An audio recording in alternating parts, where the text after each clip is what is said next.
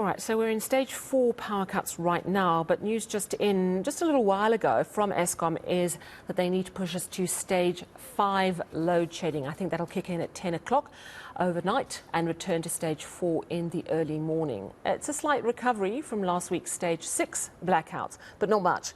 The electricity minister, of course, was at Kusile power station today looking at the repair work that is needed to fix a damaged flue. That's going to cost in the region of R250 million. Let's speak now to energy expert Chris Yelland. Chris, thank you so much for joining us. We know that there's a big front coming our way overnight, and I'm just wondering if you are expecting there to be higher stages of load shedding this week beyond stages 4 and 5. It's almost impossible to predict, Sally. What we do know is that these units are breaking down left, right, and centre. They're being returned to service left, right, and centre. You're right, there's a cold front moving in that will push demand for electricity somewhat higher. Eskom is doing higher levels of maintenance. The situation is very fluid, and I don't think it's wise for anybody, least of all myself or the minister, to make any firm predictions in these situations, because one inevitably says one thing and something different happens, and it really undermines one's credibility. The point is, nobody can tell the future in this kind of environment. It's too unreliable and erratic to make any firm predictions.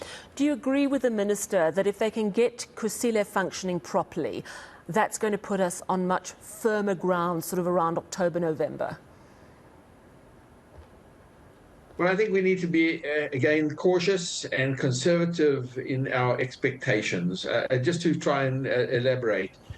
So the minister says we're basically 3,000 megawatts short at the moment, about 2,100 megawatts short from units 1, 2, and 3 at Kusile, and 900 megawatts at Kuburg, which, if you add it up, comes to 3,000 megawatts. Now, what can be expected to come on this year? Well, they are saying that units 1, 2, and 3 will come on in November and December this year. Now, those are 710 megawatts maximum into the grid. But we've been told that they're not going to run at 710 megawatts because of various constraints, particularly around emissions control. So they will run at a maximum of 550 megawatts, which is quite a bit lower than 710 megawatts.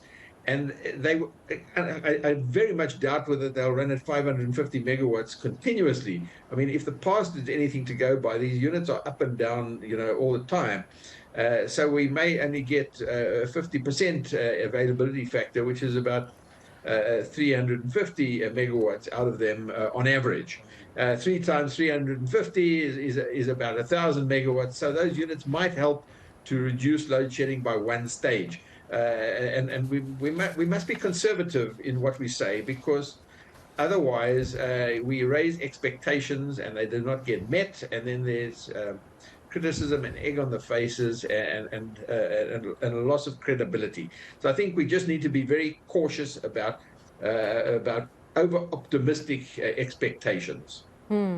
At the same time, there's quite a lot going on in court, and I'm just wondering how much it helps anyone.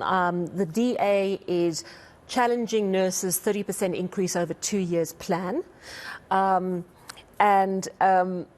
So that's the one side of it. Also, they want the issue around load shedding to be declared unconstitutional. But at the same time, in the city of Cape Town, Nersa is slamming the DA-run city for its over 17% hike. And I think in the meantime, a lot of normally law-abiding citizens are going, why am I bothering to pay my bills? I mean, what does all this mean? Is this just detail? Because the truth is, we're going to have to pay up for these services because Eskom's in a financial black hole. Yeah, look, the city of Cape Town have put their prices up, as you say, by over 17%, and whereas Nersa has sort of approved a 15-point-something% increase. So the city of Cape Town is pushing for a higher increase than that which has been approved or suggested by Nersa.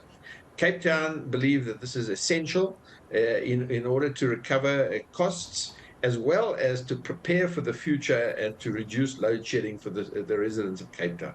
They believe that that is their duty and obligation.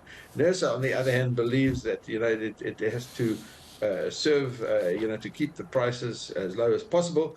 But the legal issues are complex and are going to be decided by a judge. And we can't really go into a long discussion of the legalities of this issue, in a 5-minute conversation. But the point of the matter is this litigation is people, feel that this is, we're really fiddling while Rome is burning. And for example, Nersa is fiddling and threatening to take away City of Cape Town's distribution license. Well, there are hundreds of other municipalities, well, not hundreds, but there are many, many other municipalities that don't even pay Eskom. So they are clearly in breach of their license conditions, but their licenses are not taken away. So I think this is really fiddling, while Rome is burning, both by City of Cape Town and by Nersa, and they need to keep their eye on the big picture.